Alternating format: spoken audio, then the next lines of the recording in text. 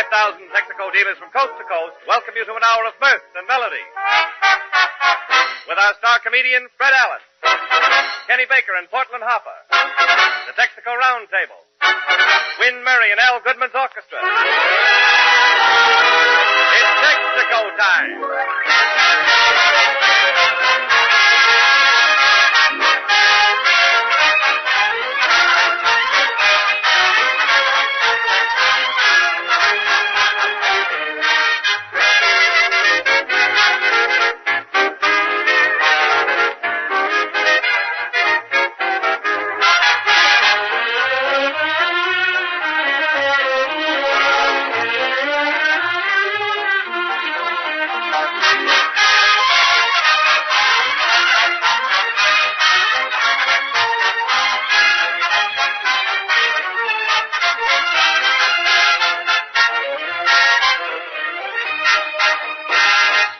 And now, ladies and gentlemen, brevity may be the soul of wit.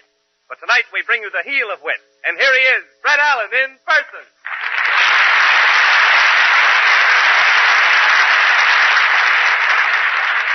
Thank you, and good evening, ladies and gentlemen, and good evening to you, Mr. Droopy Wallington. Good evening. But my heart is quite in an it. ensemble you have there, incidentally. Oh, you like that? That egg yolk, is that egg yolk or jaundice? That is something that's going to bewilder the moths when you hang it up in the closet. If you want to put a dimmer on that coat, you'll blind any moth who's in there with his eyes open. And good evening to you, Mr. Droopy Wallington. Good evening. But my heart isn't in it. Your heart wasn't in my introduction either, if it's any news to you. Your opening salute this evening, Jimmy, was a masterpiece of indifference. Well, what's the use? I give you a big build-up every week, then you come on. What becomes of me? Well, you're here, Jimmy. Oh, sure, I'm here. Sure, you're here. But you go into the newsreels. I just stand here like a dope. And you're not kidding either. Well, what do you want? What do you want me to do? Well, let me in on something. I don't even know where you get your news. Well, all right, James. Tonight, I will make an exception to the established rule. I will show you how I get my newsreels together. Now, take my hand, and first we'll go down to the out-of-town newsstand at Broadway and 42nd Street and Broadway. Now, don't be frightened of this traffic, Jimmy. I know the man right over here at the newsstand. Hello, Sam. Hello, Mr. Allen. Looking for news again? Yes, Sam. They what's the highlight in the news this week? Well, Deanna Durbin got married. No, can't use that. There's a union involved there. Well,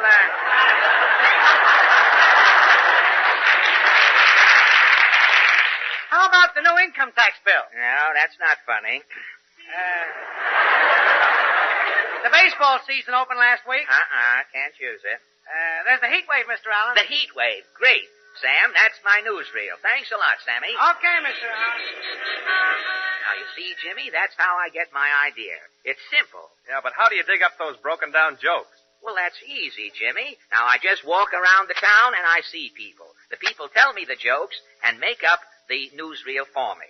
Now, tonight our topic is the heat wave. Now, first, we'll just drop down to the Weather Bureau. Weather Bureau at your service, sir. How high is the official temperature, sir? 84. But I can get it for you wholesale. You see? Now, there's a joke, Jimmy. I don't get it. Well, I'll explain it later. Now, what is causing this heat wave, mister? Well, the Gulf Stream came to New York to audition for Billy Rose. Really? Yes. Billy Rose is putting on a hot aquacade. Oh, and the Gulf Stream is up to do its stuff for him, huh? Yes. I get it. Well, good day, sir. I beg to differ. I said good day, sir. The forecast is warmer and wet. Well, aren't we all? So long. Now, you see how the jokes pile up, Jimmy? Why, no, Fred, I well, can't... now, let's take a look at this Weather Bureau ticker in the corner here. What for, Fred? Well, we just see how hot it is in other parts of the country. Now, let's see what the ticker says. Hoboken, New Jersey. Got so hot here, the ferry took off its slip. Gary, Indiana. Got so hot here, a 32nd degree Mason went up 10 degrees. Augusta, Georgia. Got so hot and dry here, I saw a magnolia bush chasing a water spaniel up the street. There you see, Jimmy. Hilarious reports, except from Georgia, from all over the country. Well, what happens now? Well, now stop laughing. Wait till the fun starts here. Well, now we'll go out into the street and pick up some more fun, if you can hold in. Now, let's hail this traffic cop over here. Hi, officer. Hello, Mr. Allen. Say, how I about... can't hear you with this noise. Wait a minute. Now it's quiet. What did you say? Well, it's pretty hot around Times Square, isn't it? It's as hot as the hind leg of Mrs. O'Leary's cow. That hot, is it really? Yes, sir. Well, has the heat bothered the theaters any? Has it? You see that sign? It just says John on that marquee. Yeah? Well, it used to say Meet John Doe. What became of the meat? They had to take the meat down and put it in Lindy's icebox. Where's the dough? It baked into a pie crust and fell off of the marquee. Well, were any other shows bothered by the heat? Only one. They had to put a drip pan under It Happens on Ice.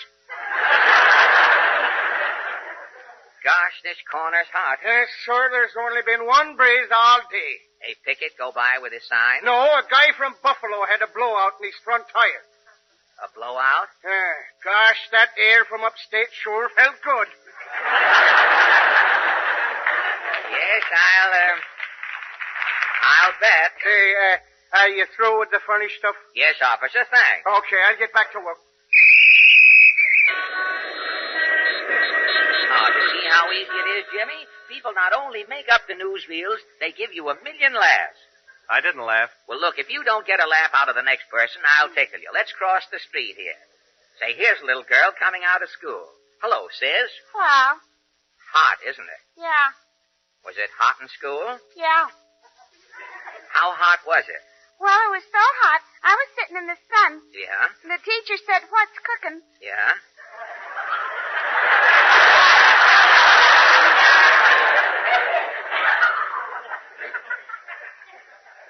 Well, what are you doing out of school at this hour, sis?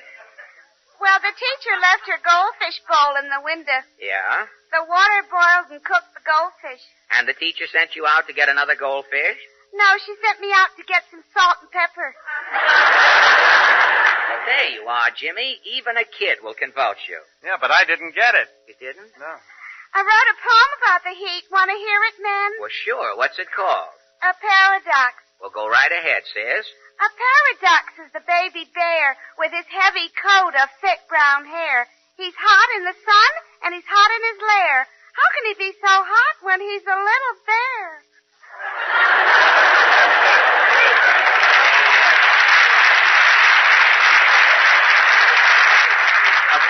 A bright little brat, eh, Jimmy? Yeah, she's too bright for me. I didn't get it. Say, You didn't, huh? Well, you're at least consistent as we go along here. Say, let's stop in at this bus terminal over here. See this old gentleman climbing out of the Skinny Atlas bus? Looks all in. Say, hot upstate, mister? Yeah, never seen it so hot in Skinny Atlas. A scorcher, hey? Oh, it was a wang zizzler, young feller. Perspiration was coming out of me so fast, I had to tread water to stay in my clothes. Well, it must have been terrible indoors. Oh, sure was. I took my dog and went downtown. To get relief? No, I'm getting relief. Oh, Just trying to get cool. Oh, I see. And how was it downtown? Oh, them sidewalks was a-roasting. My dog sat down and give off a yelp like a dying locomotive. Was he burned badly? Was he? Went to wag his tail and it fell off a clinker. Hot dog. Make mine with mustard. You see how funny the man in the street is, Jimmy? Yeah, that guy ought to be on the radio. Well, he probably is. I mean, if we knew him, say, well, what do you know? Here's the circus. Hurry. Step this way to the big show. Now, let's stop in and see our friends, the Siamese twins. Hello, boys. Ria, Mo, and Joe. Please say hello. Has it been hot around the sideshow? Hot, he is asking. It is brutal. Did you boys suffer from the heat? Yeah, it is so hot. All day long we are flirting with the Ubangi. Flirting with the Ubangi? Why? Why, he is asking. The only shade in the circus is under the Ubangi's lip. Oh, I see. Well, did the heat bother you last night? Yeah, last night we are going to bed. It is too hot to sleep together. What did you do? One of us got out and slept on the floor. Which one? Which one, he is asking. Who knows? Both of us fell asleep. Well, couldn't you get twin beds and each sleep in a separate bed? No, that's fetching the thing too far.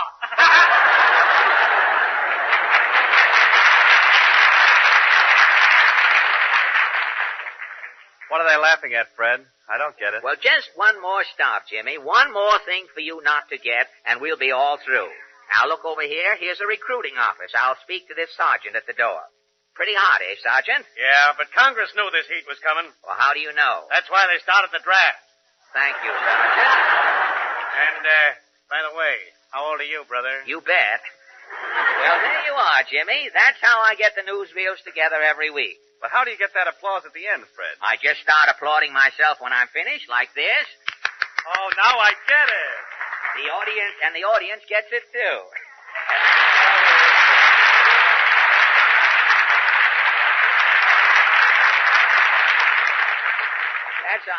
That coat is doing things to my eyes. I have got to turn my back on it.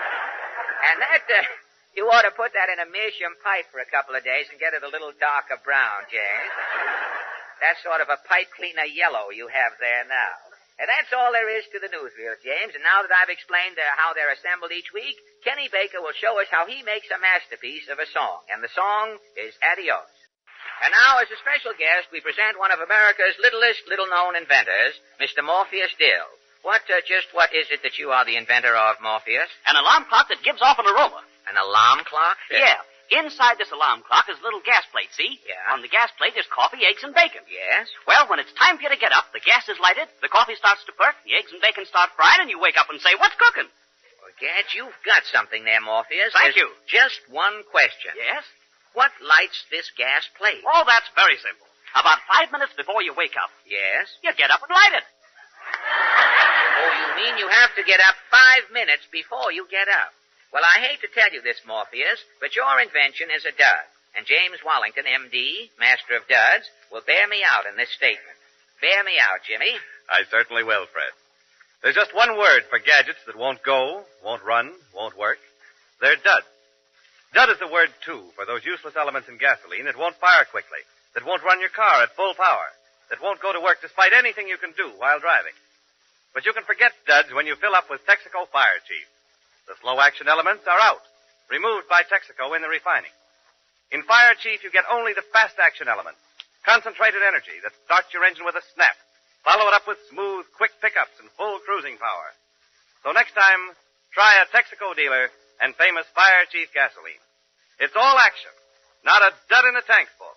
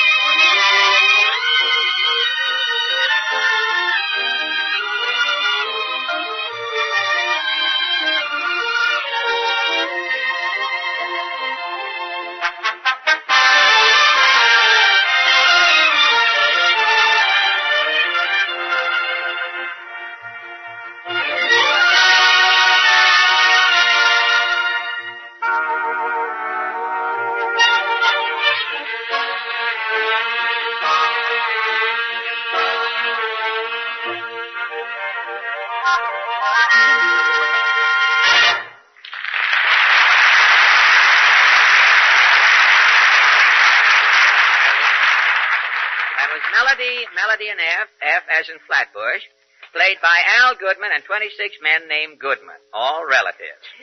At this time, ladies and gentlemen... Mr. Allen! Well, what's wrong, Portland? Wait a minute.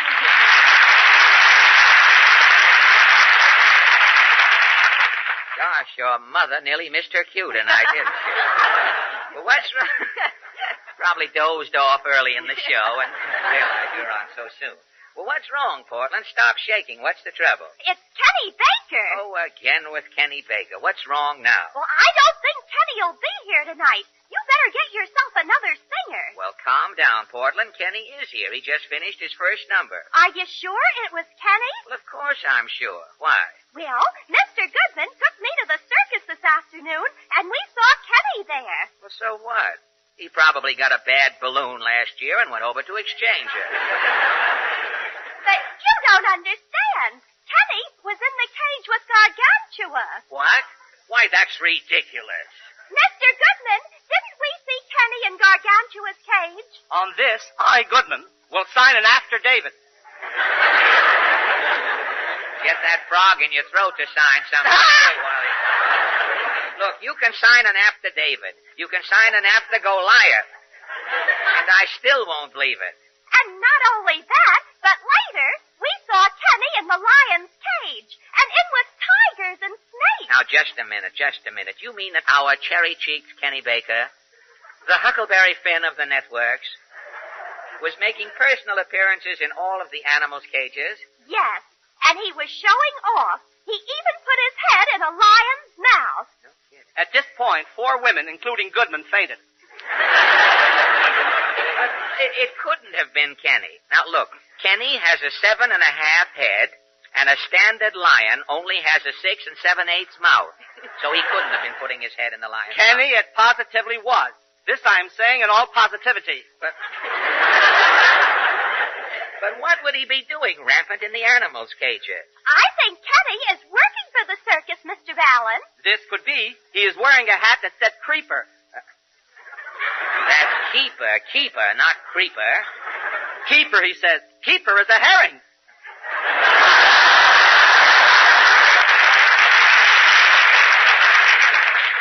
Quiet, please, Mr. Goodman. Keeper herring, delicious. Kipper is a herring. Kipper is a man who runs a lighthouse. A lighthouse kipper. All right, a lighthouse kipper. Have it my way. Now, look, here's all I want to know. What does Kenny mean hanging around in tigers' cages, risking his life when he's under contract to me? Hi, folks. Oh, hello, Kenny. Well, what's new with you? Oh, nothing. It's the same old dull existence. Dull existence, he says. His head in a lion's mouth, and he's bored yet. Quiet, please, Maestro. Kenny, I understand you are doing a little extra work around town. Yeah, I stumbled into a little easy money. Easy money, eh? Now, let me tell you something. Oh, don't worry, F.A. You'll get your 10%. That's beside the point. And it's 15% now. With daylight saving time, it went up 5%. There's a rumor around, and also my nose advises me, that you are working for the circus. Yes, they hired me to sing. To sing at the circus? Yeah, what dopes. They're paying me $25 a week, and I haven't even sung a note yet. You're getting this money for nothing? Yeah, all I do is a few odd jobs. Well, Portland and the maestro tell me that they saw you in the lion's cage. Yeah, that's one of my odd jobs. Oh, that's one of your odd jobs, huh? Uh-huh. Twice a day, I comb the lion's tail. You comb the lion's tail? But it's a waste of time. Every time he sits down, he rumples it. Kenny, that lion is wild. Why, he could chew you to pieces. Not this lion. His teeth have been filed down. Well, how do you know? I filed them myself yesterday. Oh, another one of your odd jobs. Yeah. But I understand you also put your head in the lion's mouth. Well, he was growling, so I looked in to see if he had a cavity in one of his teeth. Curiosity, hey? Well, didn't it occur to you that the lion might have used your head for a temporary filling? Oh, it was dark in there. He couldn't see what I was doing. What would you have done if the lion sneezed, Kenny? I'd have said, Gesundheit. couldn't have heard you in there. Well, Kenny, look, we can only use you on this program in one piece. Now, we can't be bothered assembling you every time we need a song. You have got to give up this job. But, F.A., if Ringley Brothers want to give me $25 just for puttering around, Puttering around with lions and tigers? It's dangerous, Kenny. Exactly. There's an old saying, the leopard is not changing his back. Go away, please. Don't you understand, Kenny? The circus would have to spend a fortune to get a daredevil to comb a lion's tail and fool around with savage beasts. Mr. Allen is right, Kenny. Why, I know a man who trusted a hippopotamus one time. He lived with one leg to regret it. Now, all beasts and mammals are deceitful. you've got those animals wrong, F.A. They're just misunderstood. They're misunderstood? Yeah. Now, take that big snake I have to simonize. You simonize a snake? Just once a day. Why, that snake loves me. He won't leave me for a minute. But you're here now without him, Teddy. Oh, yeah? What do you think this is, a belt? Kenny, button your coat. And all the time I'm thinking the hissing is coming from the balcony.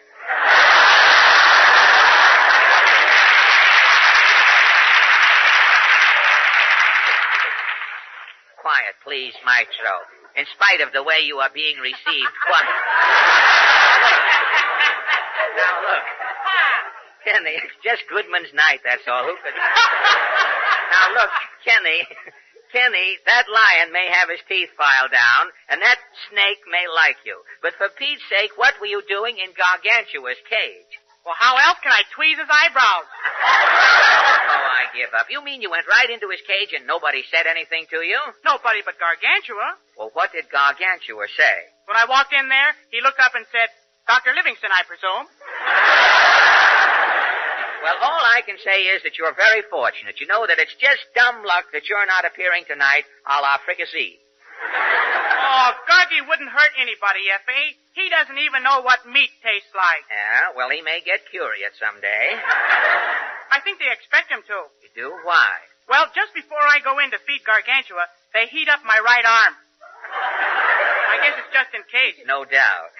But, Kenny, last week Gargantua's trainer said that he was mad at the whole world. Well, Gargantua did get sore at me this afternoon. What happened? We were both in a cage and somebody threw in a peanut. And? I beat him to it. No.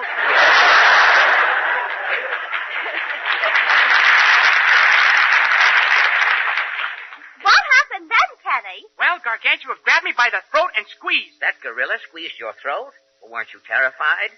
It was the most thrilling moment of my life. Thrilling? Yes, for the first time in my career, I hit high C. Penny, you are a young, inexperienced boy. Now, the circus is making a patsy out of you. They haven't let you sing yet, have they? No. They haven't told you when you will sing, have they? No. Well, that's it. They will never let you sing. They're just using you for a maitre de cage, a fauna flunky, a rhinoceros's Rochester. No kidding. Why, if one of those lions turns on you, you will be the late Kenny Baker, and the lion will be burping Perfidiac. Now, you ought to give up that job immediately. Gosh, maybe you're right, Well, F.A. of course I'm right. I'll get it. Hello? Yes, this is Kenny Baker. The circus? Now, I'm not coming back to you. You won't let me sing, and I... What? Yeah? Yeah? Yeah? I'll be right over. Oh, boy. Kenny, you're not going back to the circus. You bet I am. You're all wrong about those people, F.A. I'm wrong. Yes, they're going to let me sing. I'll go get my asbestos tuxedo. Now, just a minute. An asbestos tuxedo for what? For my song. Your song? Yeah, they're not only letting me sing, but during my song, they keep shooting me out of a cannon. And what is this song you're singing? There I go.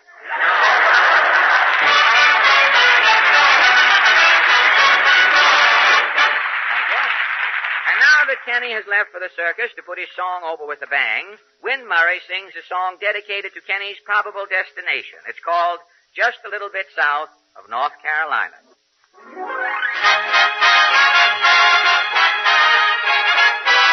Just a little bit south of North Carolina, that's where I long to be.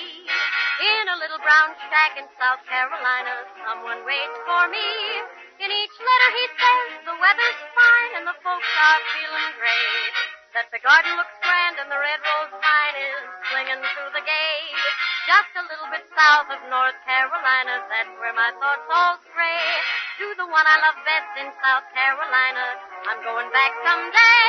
I can hardly wait to see the face of the one I idolize. Just a little bit south of North Carolina, I'll find paradise.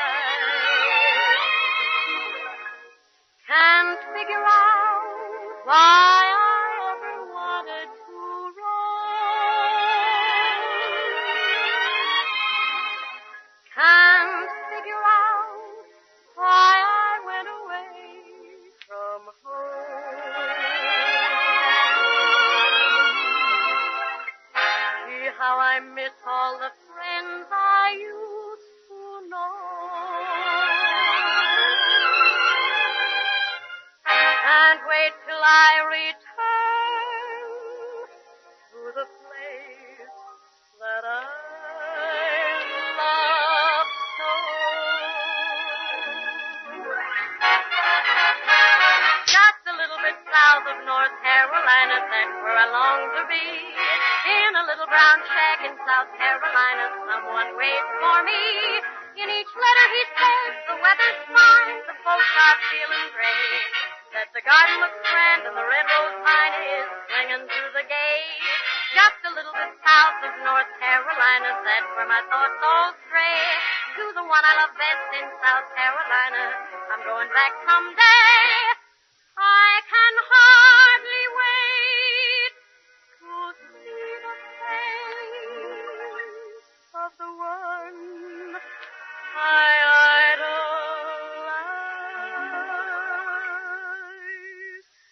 Just a little bit south of North Carolina, I'll find paradise.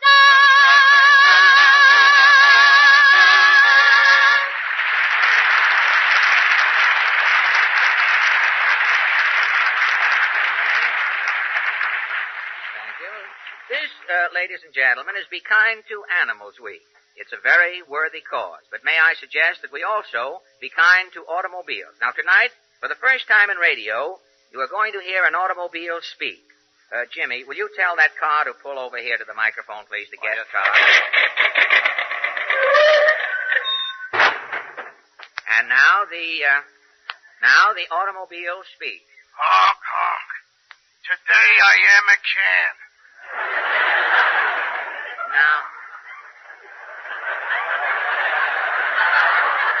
Now, don't run yourself down, brother. Of course, your fenders do flop a little, and you have an oversized spare tire there. But all in all, you're a pretty good-looking car. Don't kid me. Maybe I look all right, but inside I'm a mess. Really? Yeah. My transmission's full of old, worn-out grease. No kidding. My chassis has got more squeaks than a pet shop. My crankcase needs new oil. That's too bad. I'm well on my way to becoming a clunk, I am. Now wait a minute. Don't go to pieces. All you need is a Texaco dealer's spring tune-up. Jimmy, just in case this car's owner is listening, tell him about it, will you please? Spring has been with us now for 5 weeks. And if you've put off getting your car ready for these warm driving days, don't delay any longer. Avoid possible trouble and expense. See your Texaco dealer. He's trained to give you a skillful, complete warm weather changeover using the Texaco quality products your car needs. First, he'll drain off your old, thinned-out winter oil. Refill with insulated Haviland or insulated Texaco motor oil. The oil's insulated to resist extreme heat. Next, the transmission and differential will receive expert attention. And these vital points will have the protection of Texaco gear lubricants of the proper seasonal grade. Last but not least, he'll stop squeaks and wear in the chassis with Barfac. M-A-R-F-A-K. Texaco's famous 40-point chassis lubrication service. So don't delay. Tune up for spring at your Texaco dealer now.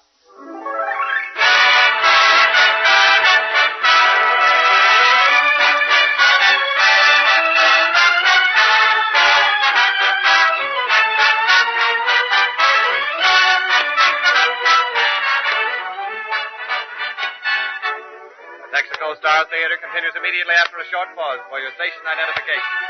This is the Columbia Broadcasting System. WABC New York, 880 on your dial.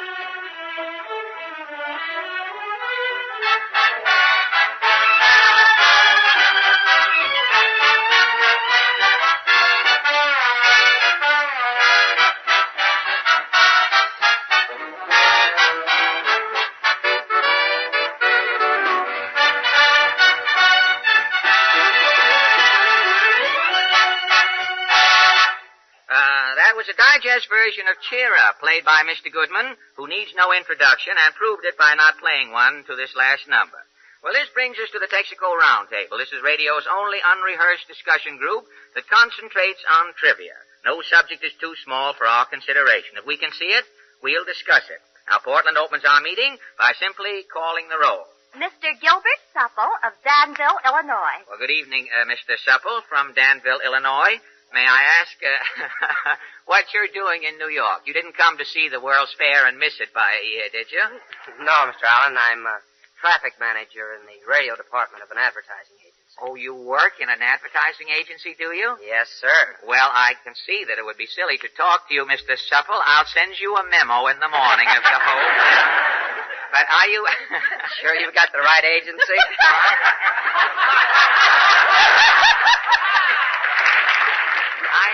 After 9 years in radio, I don't know whether I've found the right one, Mr. Supple. It's a matter that comes up every year about this time.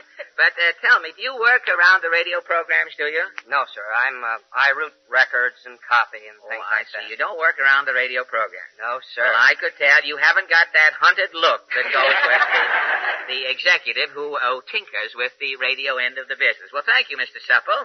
Now, Portland. Mrs. Helen Taylor of Toronto, Canada. Well, good evening, Good evening, Mrs. Taylor. May I ask your business or profession? I do ladies' body massage work. You're a masseuse, are you? That's right. A masseuse? Are you really? What are you laughing about?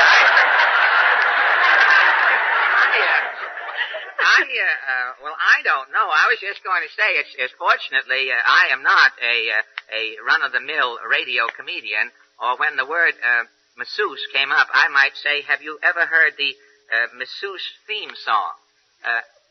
Masseuse is in the cold, cold ground.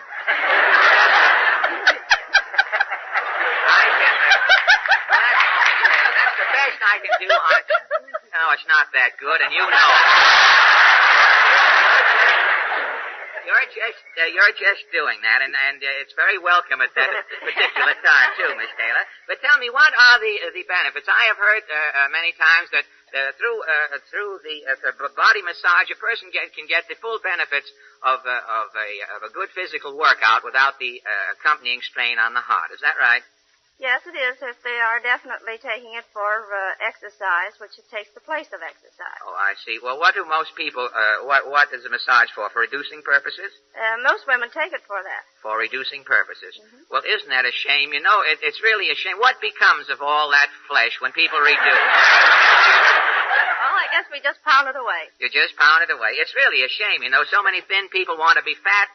So many fat people want to be thin. If there only were some way you could have a flesh transfusion and make everybody the same. Everybody in the country would be the same size. Don't you think that would be good? It'd be wonderful. If everybody in the country was the same size, no one would have to stand on tiptoe when a parade went by. It would be very helpful. Well, thank you, Mrs. Taylor, for laughing there. It was quite a great help. And now, Portland. Mr. Ernesto Ricci of New York City. Well, good evening, Mr. Ricci. Good evening, Mr. Ricci. Huh? You want to speak up a little louder? Huh? Well, I know Mr. Ricci, Portland. He has the shoe shining concession here in our theater, and I invited him to join us tonight to spread a little wisdom. Mr. Ricci, you do have the shoe shining concession here in the theater, haven't you? Yes, over there. Playhouse number 3. Playhouse number 3. You go around to the other theaters, too? Music Box Theater. Music Box Theater? Well, whose shoes have you shined down there? Who have you... I got a lot of shows. Other shows, too? Thousand Cheer. Thousand's Cheer. You shine the shoes there? The shoes of Clifton Webb. Clifton Webb? You shine Clifton Webb? I thought he went around barefooted. I didn't know. That's news to me. I worked with him for 3 years, but his trouser legs were long, and I never knew that he had shoes on. I thought Clifton folded his trouser legs over and made sort of a suede sandal out of the whole thing. Well, thank you, Mr. Ricci. I'm sorry I haven't time to take up this sterling pedal work that you are doing. And that brings us to our question. And tonight we take a gander. Am I late already? Good and late, huh? All right, I'll keep right on going. And tonight we take a gander at the quotations that have rattled down through the years. Every quotation that was ever quoted has been taken for granted. Emerson once said, if a man builds a better mousetrap, the world will be the path to his door. But nobody ever proved it. Plutarch first said a bird in the hand is worth 2 in the bush, but no one ever bothered to check on it. Tennyson once wrote, in the spring, a young man's fancy lightly turns to thoughts of love. And it is Tennyson we hop on. Tonight our question then is, do you think that in the spring, a young man's fancy lightly turns to thoughts of love? Mr. Supple, you are a young man. May I ask you what you think about that? Simple, yes. It does, huh? Well, a young man's fancy turns to love rather than the Dodgers or a new car or anything like that. You say yes. Mrs. Taylor, how do you feel about it? Oh, very much so. You think so? You say so from experience, do you? I would say so. Without consulting your diary. You say so, too. And Mr. Ricci, how do you feel about a young man's fancy in the spring? Pretty good. You feels pretty good.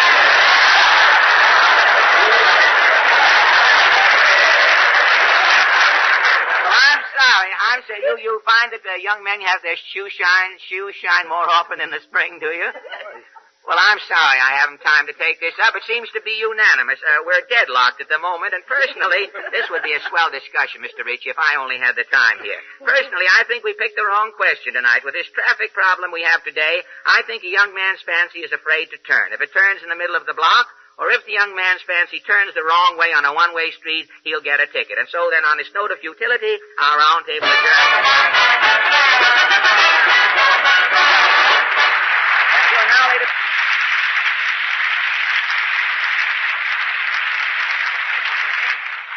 And here is Larry Elliott. Yes, Fred, with a word about how everyone can be air-minded. Oh, just a minute, Larry. Being air-minded is fine in its place, but it's not for everyone. Yeah, but I meant the kind that... Well, I know exactly what you meant, Larry. The time that's coming when almost everyone will fly a plane. Well, do you realize what our atmosphere is going to be like when it's filled with amateur flyers? Yes, People but getting tickets for parking on top of the Empire State Building. Commuters getting home late because a tailwind took them out to Terre Haute. Hitchhikers dangling from every cloud. Why, a man won't be able to take a deep breath without inhaling a couple of children on kiddie scooters. Plain scooters, I mean. Air-minded. But, Fred, I meant being air-minded about driving. Well, how can a motorist be air-minded? I am asking you. I am telling you. If you like the idea of handling a car that takes off with snap and dash, that soars eagerly along the road, that quietly lifts you up and over the hills, then you're air-minded about driving. And I might add, in the modern mood, to enjoy flying the highway with Sky Chief, Texaco's premium gasoline. It has all the qualities you associate with the smoothness and power of flight. Lifting, soaring, climbing power that gives you a thrill just to think of having it under your control. So with that in mind, the next time you're driving, try a tank full of Texaco Sky Chief and enjoy flying the highway for a change. Remember, Sky Chief is your Texaco dealer's premium gasoline for those who want the best.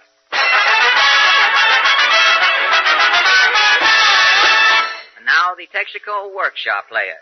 Tonight they dramatize a true story that illustrates the great influence radio plays in our daily lives. This clam bake is called radio. Music, 802. Radio, the Great American Pastime. Today, there are 40 million radio sets in active use throughout the country. Radio stations broadcast assorted programs 18 hours a day. Radio brings you educational features. A set of Encyclopedia Britannica goes to Mrs. Fink of Red Hook, Brooklyn. Thank you. Radio brings you comedy. How can you keep a dead fish from smelling? Cut off his nose. Radio brings you up-to-the-minute news. Flash, the 5 race at Jamaica away at 4:15. The winner, Flying Max. Radio brings you music. Try Hemingway's pills for your fevers and chills. Take Hemingway's pills, and tomorrow you'll be well. We're nuts about the good old Hemingway.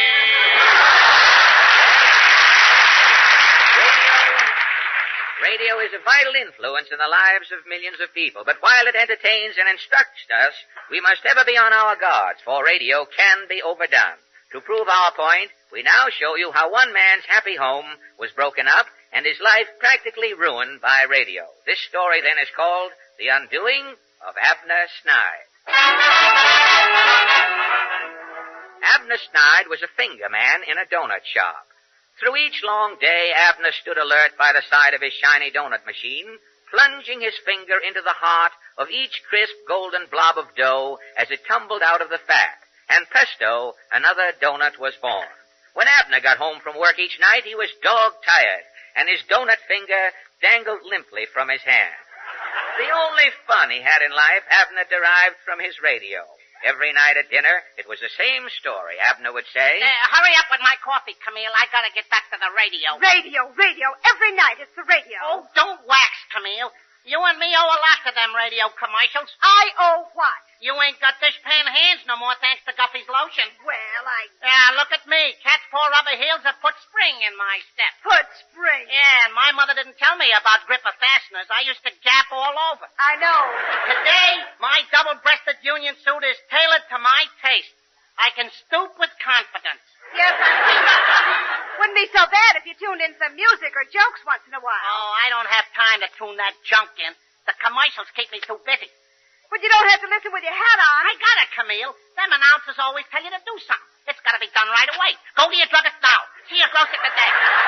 Yeah. When them radio announcers tell you to go, you gotta go, that's all. You mark my words. Radio will be your downfall, Abner Snyde. Radio will make me a success, Camille. And that reminds me, I'm turning the radio on right now. Attention, men. The following announcement is transcribed. Commercial goodie. The makers of Sticky Slick Hair Tonic bring you another 60-second success story. The scene, the Vice President's office. An office boy enters. Here's your new memo pad, Mr. Morgan. Thank you, Smith. You may go. Gosh, your hair sure looks nice this morning, Mr. Morgan. Thank you, Smith. You're an observant boy. You hear, Camille? He's an observant boy. Each hair is in place. What have you got on it? Sticky Slick Tonic. You mean Sticky Slick, the scientifically prepared hair dressing? The same. Oh, boy. Sticky Slick is the only hair tonic that contains schmaltz. Oh, you mean schmaltz spelled S-C-H schmaltz? Yes, Smith. I got it. The smart man uses Sticky Slick, sir. You notice things, Smith. You're going places. I'm giving you a raise. Oh, boy, he got a raise. Turn off the radio, Camille. Yes, Abner. You see, every time you listen to the radio, you learn something. I'm trying that tomorrow. Trying what? Be an observant like that office boy. Tomorrow, when I take my first batch of donuts into the boss, I'm going to notice what Mr. Kibby has on. Then I'll get a raise, too. Gee, Abner, you think if Sure. Someday I'll own my own donut factory, Camille, and we can live on the fat of the land. And so the next day, determined to notice things like the little people in radio commercials, Abner Snyde entered his boss's office. Here's my first batch of donuts, Mr. Kibby. I'll check the holes later, Snyde. You may go. That's a keen-looking suit you got on, Mr. Kibby. Go away, Snyde. I'm busy I'll here. bet that's one of them thrilling new Palm Beach 7 Seas ensembles which can be bought at any one of the 187 conveniently located slip-toggeries, no money down. What are you talking about, Snyde? Well, I'm only showing you how observant I am, Mr. Kibby. Observant, you little donut drudge. Oh, when you gnash your teeth like that, I can see the sparkle. You use Dr. Wacko's toothpaste. Goodbye to gum bag. I've stood enough of your ranting, Snyde. You're talking like a radio. Hey, yes, sir. Now, about my raise. I'll give you a raise. I'll kick you out of here. Oh, it's a pleasure to be kicked by a Tom McCann shoe. Only the Tom McCann has a scientific fit and free action swing. And I'm swinging it right now, Snyde. Take this. Oh! And so, thanks to radio, Abner Snyde returned home with an ache in his heart and all points south. As Abner ate his dinner from the high boy that night, he tried to explain to his wife what had happened. Abner said, And then Mr. Kibby put his leg back down and said, Snyde, you're fired. Well, it's your own fault. If you'd quit listening to that radio. Oh, don't go blaming radio. Come here. Radio is all right. But you've lost your job. What are we going to eat, them box tops you've been saving? The radio will get us out of this, Camille. You wait and see. I'll turn it on. You and your radio. I got faith in radio, Camille. You'll see. Some announcer will solve our trouble. Attention, men. Do you need money? I told you, Camille. Radio's like a miracle. Are you short of ready cash? Yeah, I am. Can you use a generous loan with absolutely nothing to sign? You bet I can, mister. Then come to the Fleeso Loan Company. Fleeso doesn't ask you to sign papers. Fleeso doesn't ask you for security. Fleeso doesn't ask you to return the money. No, sir. We just give the money away. Can we help it if we're a little crazy? Now remember, nothing to sign, nothing to pay. Get a Fleeso loan tonight. Oh, boy, I told you we'd be saved by radio. Who's on the radio, stupid? I'm speaking from this sound truck outside the window. Oh, boy, where's my coat? Where you going, Abner? That's a shyster loan outfit. They can't even get on the radio. Yeah, but irregardless, I'm getting a Fleeso loan. So long.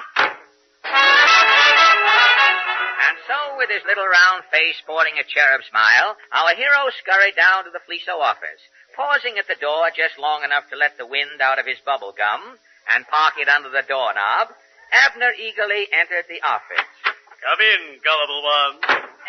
Excuse me, is this the Fleeso Loan Company? Yes, brother. I am Mr. Fleeso. What can I do for you? Well, I heard about your loan and money. Oh, you want some of this money we're giving away? My name is Abner Snide. I need $50. Good. Here you are. $50, Mr. Snide. Gee, thanks. It's a pleasure. Thank you, Mr. Fleeso. Just a minute, you. Who said that? I did. Where are you going with that $50? Why, Trying to pull a fast one, huh? Did I forget that? Before you go, there's a couple of formalities to attend to. First, sign this here document. But the man said no And security. while you're signing, I'll take this gold watch out of your vest. But the man said no security. That's all, brother. Well, I still got my $50. So long. Just a minute, buddy. Holy smoke. Where did you guys come from? Out of my closet. They're vice presidents in charge of collecting fees. What fees? Go to it, boys. I'm taking your coat and shirt. That's your guarantee fee. Guarantee fee? I'm taking your pants. That's your depreciation fee. Depreciation fee? And I'm taking his $50. That's your fee. Fee? That's it, Snide. Now, all you owe Fleeso is the original $50 loan plus interest. Oh, my watch gone, my clothes gone. I'm standing here in my union suit, and I still owe you $50 in interest? That's right. Look, how much would it cost me just to forget the whole thing and go out the way I came in? You couldn't afford it, brother. Try him in good health. And so poor Abner, the innocent victim of his all-out gullibility, found himself out in the street clad in his double-breasted union suit. With great presence of mind, Abner picked a large calendar number out of an ash can, pinned it on his little chicken breast, and loped home disguised as a marathon runner. Jobless, moneyless, and garmentless, Abner finally broke down and said to his wife, Doggone diddly-dut-do-dat, I'm through with radio for good. Oh, now you're going too far, Abner. Radio does a lot of good for folks that can handle it. Not me. I'm done. I've been a chump once too often. I never want to hear the word radio again. If anyone ever says radio... Hello? This is Abner Snide. Oh, yeah? Goodbye. What was that? Some radio thing. I'm through. There it goes again. Hello? I told you I ain't interested. Goodbye. Another one of them radio gags. They ain't tricking me again. But who was it, Abner? Oh, something called a pot of gold. They said they wanted to give me money. Abner, the pot of gold really gives away money. What? You fool, you've just lost $1,000. $1,000? No. And Abner fainted dead away. He fell on his head, and when Abner came to, he had a lump on his head as big as his head. The lump never went down. And years later, Abner, despite his resolutions, returned to radio. He became a radio actor. He mastered ventriloquism and went on the air. He talked to his lump, and his lump would answer him. Today, Abner and his lump are known to millions of radio listeners as Lump and Abner. The end.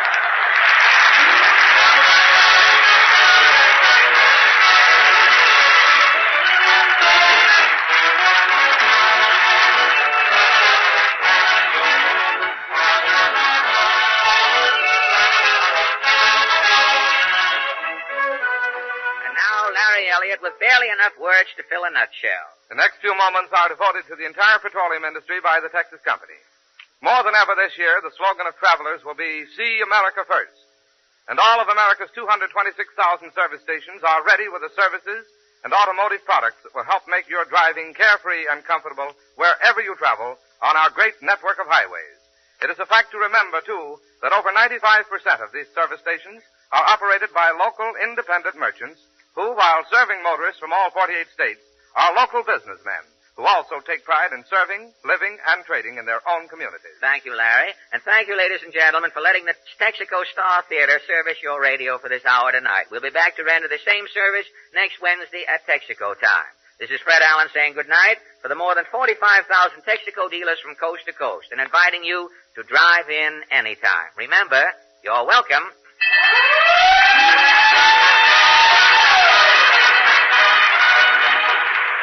Just a reminder that next Wednesday, many communities will be on daylight saving time. If your community is one of them, continue listening for the Texaco Star Theater at the same time. But if your community remains on standard time, be sure to tune in 1 hour earlier, beginning next Wednesday. For exact time of broadcast in your vicinity, consult your local newspaper or movie and radio guide. Music used on this program included Afranjeza and Santa Lucia. This is the Columbia Broadcasting System.